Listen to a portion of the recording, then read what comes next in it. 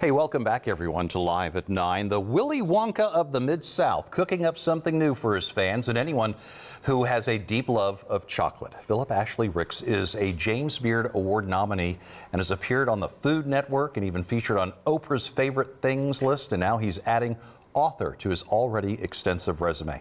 Stepping away from his chocolate factory on Madison Avenue, joining us this morning to talk about For the Love of Chocolate. And boy, do we have so much to get to and go through, but I just want to know, how long has chocolate been a part of your life? Wow.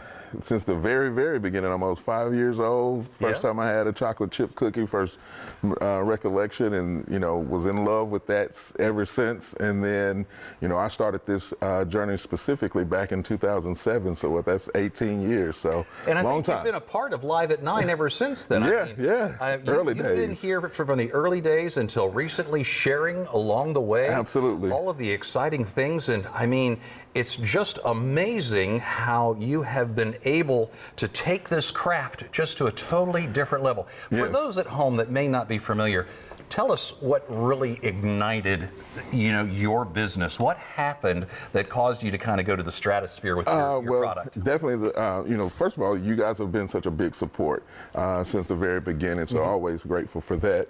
Oprah's Favorite Things list really kind of... Wait a minute, don't glance over that. Oprah, as in Oprah Winfrey's favorite list. Yeah. Was it the Grammys or the Oscars? Weren't you part of a gift bag? We actually did all of the chocolates for the big after party for the Grammys and the Oscars and the Emmys, and so 3 years we did that, and so that definitely helped, and I think that is really what kind of put us into a lot of people's minds and on people's tables even. So, right. Yeah. Well, I know that you've brought a few things with you here, and we'll talk about those in just a moment. But let's talk about the book for just a moment here. I think of trying to make chocolate as a pretty high-level thing to do when you're in the kitchen, and not everybody can go do that. Sure. Who can make chocolate and do things to this level? I mean, you have to really want this. This is not an easy thing.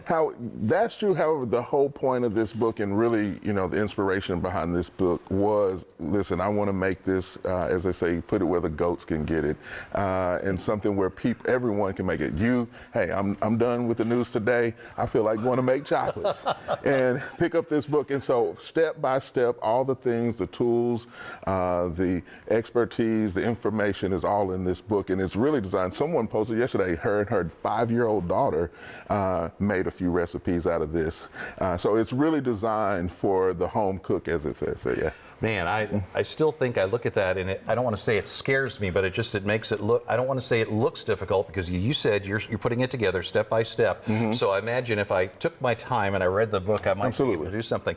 Do you have to find a certain quality of chocolate with what it is you're doing? Because let's be honest, there are a lot of different chocolates that are out there. What kind of chocolate do you need in order to get to this level? I always recommend going out and finding the best quality couverture and chocolate that you are able to do. However, this book was, again, written for all levels, and so again, most chocolate books are all about calculus, and we wanted to bring this back down to kind of basic arithmetic, if you will, and really show people, hey, who have a love for cooking, who have a passion for food and desserts, but have been intimidated specifically with chocolate because, as you said, it is intimidating. It's intimidating. We wanted to move that out of the way, so to really give you an opportunity to explore. We even show you how to paint chocolate molds, where to get molds from, the whole nine. So, well, I look at these right here. They're kind of in the middle. The camera will come back over just to soak it.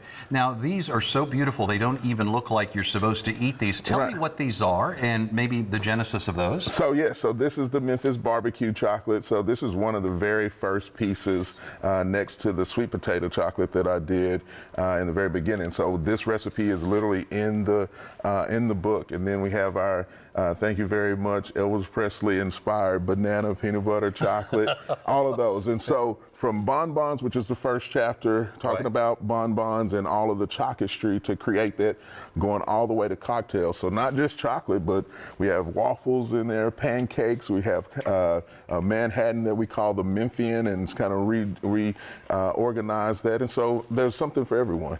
We certainly have some information on the screen for you right now, philipashley.com. You have your Instagram page as well, so people can go there to get additional information. We were talking earlier about, we were kind of joking, your chocolate factory, but I went gone by there the other day, and it's more of you're working, you're not really selling out of there. Is that going to change? That's going to change. We're going to start doing some omakase style tastings out of there on a weekly basis starting in October. We'll also kind of be a pop-up within our own shop, and you'll be able to come in and pick up chocolates, because new line of chocolates, new collection, new packaging, all of that sort of stuff. So yeah, it'll be fun. Where do we go to find the book? You can go to Novel. We actually launched today at Novel at 6 p.m. So we'll be there tonight.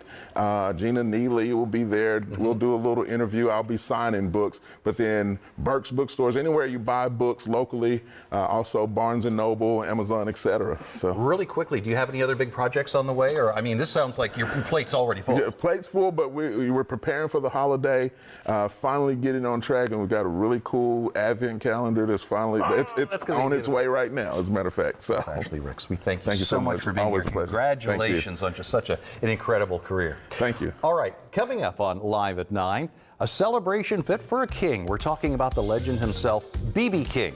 Find out how the city of Memphis is planning to honor what would have been his 100th birthday. So stay with us.